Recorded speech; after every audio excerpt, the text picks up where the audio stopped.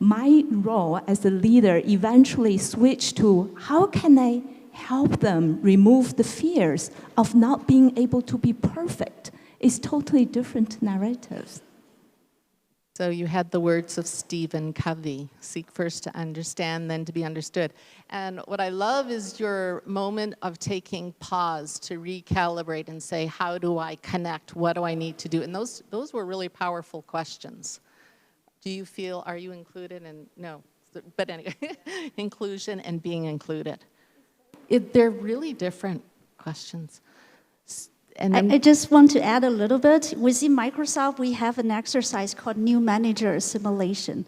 So it's similar to what you're doing. Is usually after you become a manager of a group, you could be a very experienced manager already, but then once you step into or take over a new group, after a few months being their managers, there is this new manager assimilation session, whereas the team members will provide feedback to the manager. It can be very detailed, and then sometimes you're just like, There are moments like for myself and a few sessions I've heard of, whereas people are really feeling that there is this aha moment. They felt that a lot of the managers felt that I come with a very good intention. I'm here to help the team. I'm here to grow the team. I set a very high standard for the team. It's all for the benefit of this team and for everybody. And I really felt I tailor-made myself to be fitting in different person's style and everything. But then at the end of the day, you realize that all the feedback you get was like, oh, okay. So I think that's an aha moment. That's also a moment, whereas if the manager can take it very openly and authentically, then this can be growing into a very good relationship, whereas everybody opens up, accept feedback, and really take actions against those feedback, and then have those discussions on why I feel that way, or why I'm doing this and that, what is my intention, and all those. So that opens up a very good kind of channel for open dialogue, authentic communication, and everything. So I felt that's a really good exercise that can help the managers and team to be closer and bonding together as well. Yeah. Go ahead. That's one I'm going to take away, actually. Building into the system, 360 feedback soon, not leaving it for a year, doing it soon when a new manager takes up a role. I think that's great. All I wanted to say was actually picking up one of MC's comments around your strengths getting in your way, and to put a shout out for the self-doubting folk, because I think actually there's a toxic side to self-doubt that can paralyze, but there's actually also a very constructive side to self-doubt, which causes us to reflect and consider and perhaps be particularly focused more on the impact of our behaviour on others. So I'm giving a shout out for a bit of self-doubt. I think it's healthy, and I think it's also a style of leadership. If you're completely unself-doubting, you're the sort of leader who'll take everyone over the cliff with you, If you've got a bit of self-doubt, you may sort of pull up on the edge of the cliff and not take everyone over with you. So, exactly. I can, one of my bosses told me once that you're paid to take correct decisions, not quick decisions. So your point is on, if I didn't have any self-doubt, I'll take everyone over, the company over the cliff as well. But a little bit of self-doubt is helpful, for sure. Yeah, and I think the interesting thing about self-doubt is it creates a moment of pause. And then it creates a moment of, okay, how does this feel right now? Yeah. One of the things, I think we underestimate the ripple effect each one of us have in the room. I call it leadership ripple effect. We walk out of the room, and we're leaving an impression, a sense, and this is really about role modeling. So Vamsi, if we can start with you, who has been a role model in your life, and how did that impact you as a leader today? I can refer to two examples. One of them is my ex-boss, and he taught me the importance of developing people, and he was the person who said, when I was having a doubt about one of the leaders, a male leader, that he's not yet ready, he said, you were not ready when I gave you this job. So he said, like, someone took a risk on you, you should take risks on people. So his entire focus was on developing people, and even if they were not fully ready, take risks. More often than not, they'll pleasantly surprise you. So I think all people need is a little hand to get to the half step, then they will take the full step. So that's the first example, and his name is Ariel Finan. And then the second person is the ex-Indian cricket team captain, a person called Dhoni. And I wish I had his sense of calm. There's a lot happening around him, but he's the calmest person on the field. So that's something I would like to aspire to. Sense of steadiness. Okay. I want to just look out to the audience because I could just keep going. But any questions here? And I'm only going to give you like 15 seconds. We can always count on Lynn. Oh, wait, Lynn, we're going to hop over there. Who has their hand up? Oh, hello. I think we're going to get you a microphone. Thank you for volunteering.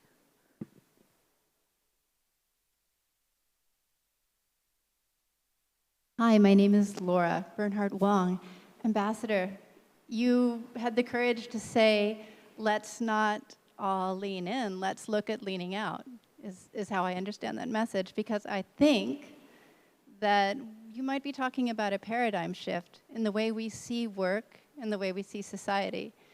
Your country and your leadership is clearly representative of a new model.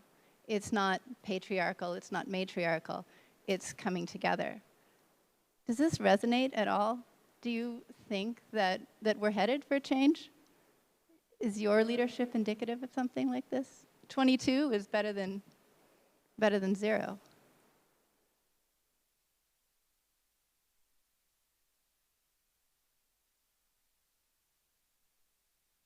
Yeah.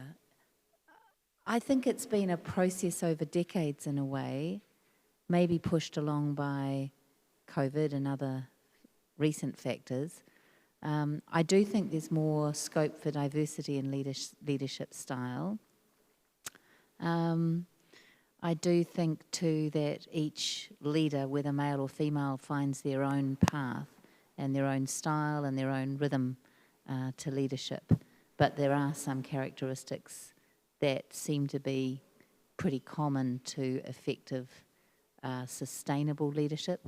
I think too there's an understanding that sometimes leadership can be great for a period, but it's not sustainable in the longer term in terms of the number of people who are left bruised and damaged on the side of the road as you've sort of ploughed through to achieve to achieve objectives.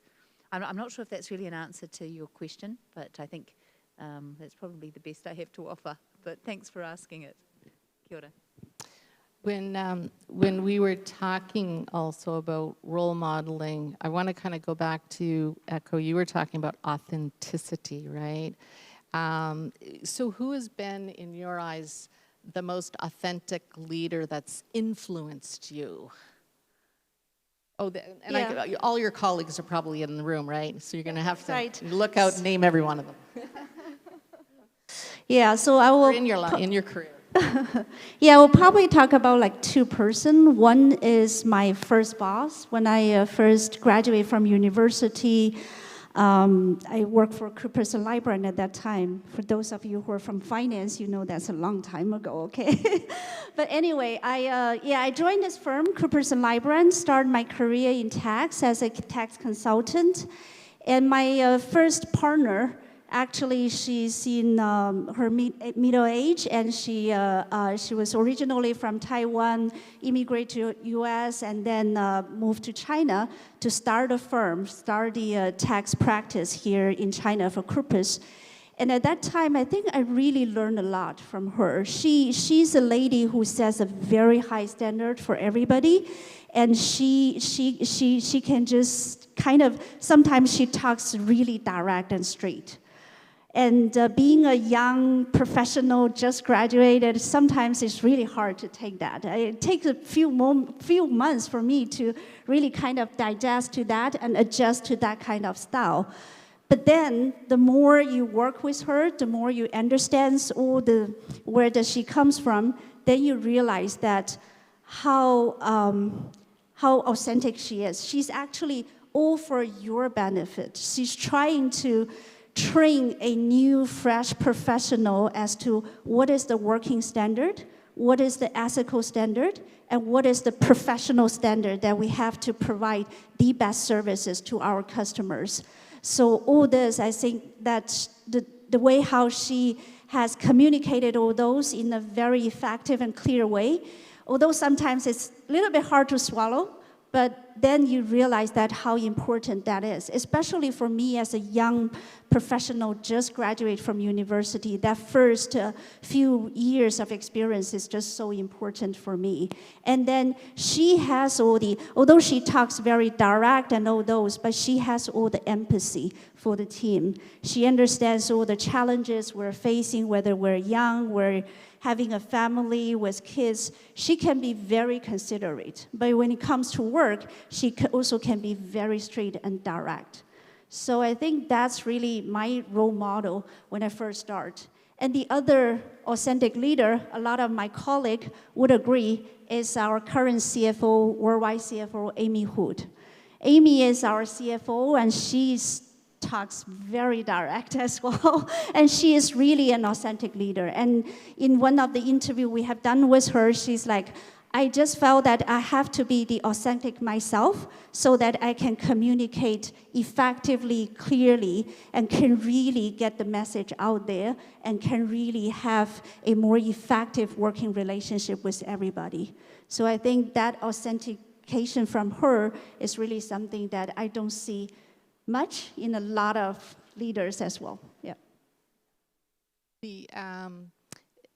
So my mind is going now around another thing that popped as I was listening to each of your questions, and it's around decision making, right?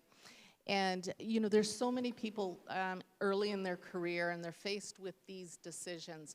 And I'm curious, as you think of your career, have you been faced with a decision, a career decision, where you're like, I don't know if I should do this?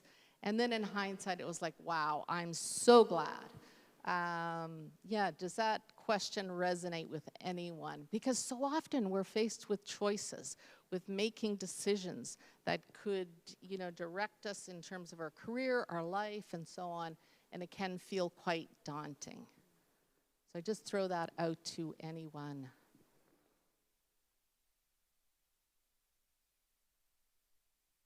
On the side of what you've just said, but really think about, if you're having trouble making a decision, think about what it is that's holding you back, and really try and